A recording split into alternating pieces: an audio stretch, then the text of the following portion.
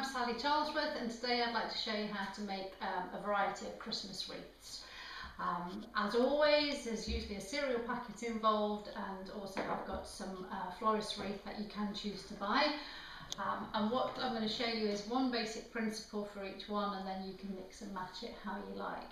If you want to look at some interesting ones that I've done on workshops where various ladies have tried different things, that should give you even more inspiration, but I'll show you very simple techniques. So these are the kinds of wreaths I want to show you today, and they're made up really of two very basic flowers.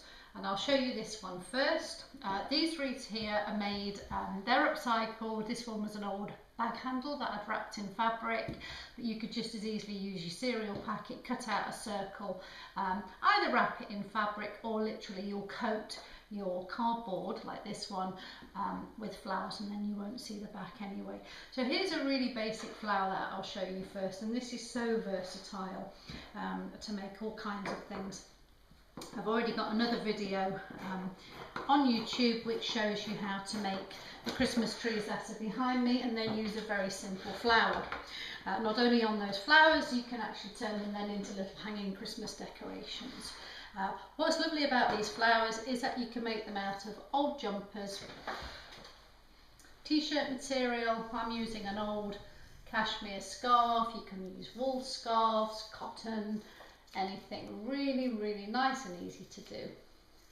I'm going for quite a large circle now here, which is probably about 10 centimetres. Cut a circle out and start to cut round and round. Nothing precise, you can do this with plain scissors. It's quite nice sometimes to do it with pinking shears as well, where you get quite a serrated edge. If you're using tweeds, sometimes pinking shears are better where it frays, but I actually quite like a fray effect anyway. So you go round and round until you get to a little circle in the middle, and all we're going to do then is roll that in on itself. So I'm going to put finger and thumb to roll it round and round. Nice to actually just let it hang off a table edge. Very easy to do, just keep it nice and relaxed. The more relaxed you can be, the more loose your flower is. And what you have to do is experiment, because sometimes thicker fabric makes a fatter flower.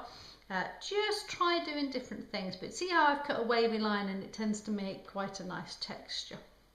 Get it so far, tip it upside down, and then you want some normal PVA glue.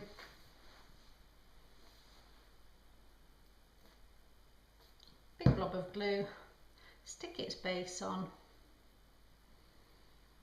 turn it over, and there's your flower. Okay, so that's quite a large one, and all you do with this is put it onto your circle if you're going that way around, and build your flowers all the way round. So that's a simple flower. You can put little beads in. If you use PVA glue, it dries clear, and just leave those overnight to dry. Okay, so that's the first flower, and that makes a lovely wreath that way. If you want to make sewn flowers, so you want to get your needle and thread out, again, use the same size template, probably about 10 centimetres. You need to cut 2 circles out. Again, not over precise. Very roughly 2 circles. You're going to then cut these circles into half and half again, so that you then get. So there's your semicircles, and there's your quarters. Easiest way to do this is to line five quarters in a row. So you've got your 5. Needle and thread, you use matching thread. You're not going to see it anyway, but I'm doing this so that you can actually see it. Needle in, aim for 3 ins and outs.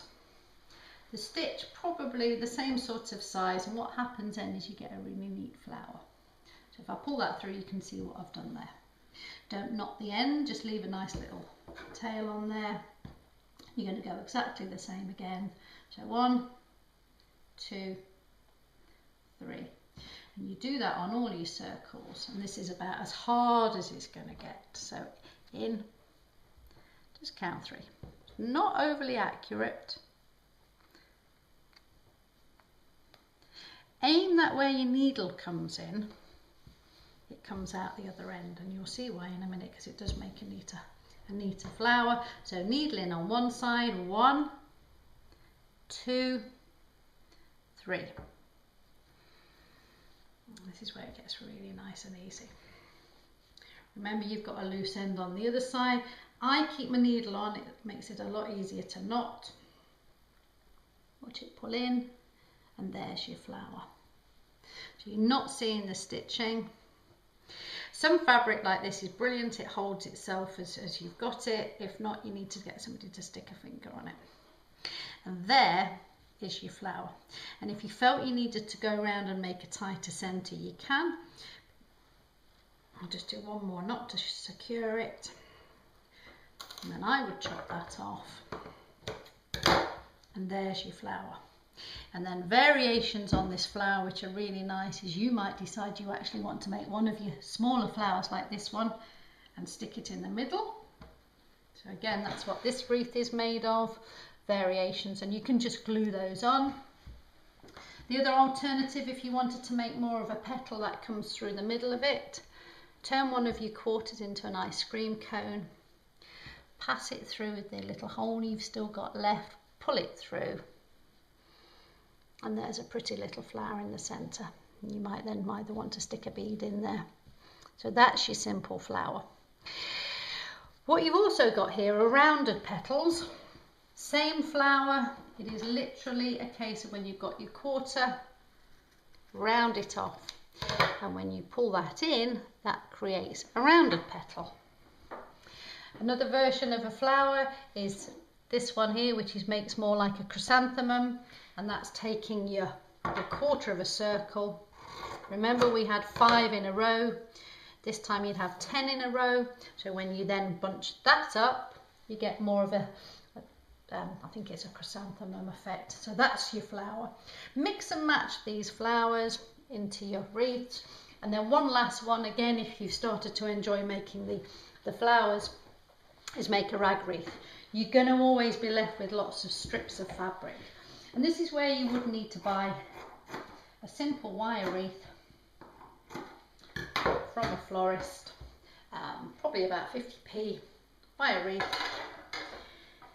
Any fabric will do on this, and it's literally cut out strips. Don't be precise on the size. You can make them short and stumpy, you can make them long and thin. Just literally work your wreath around. And again, lots of different fabrics. It could be ribbons, silver ribbons, leftover scraps of fabric. And then this is where you can either decide that I've shown you today, really versatile. Make a wreath like this, or mix and match your flowers going around in different colours. Again, look at the website, it will show you, look at my Facebook page, and it will show you all the different wreaths that ladies have done on workshops, some fantastic ones. Mix and match, just have fun. Thank you for watching.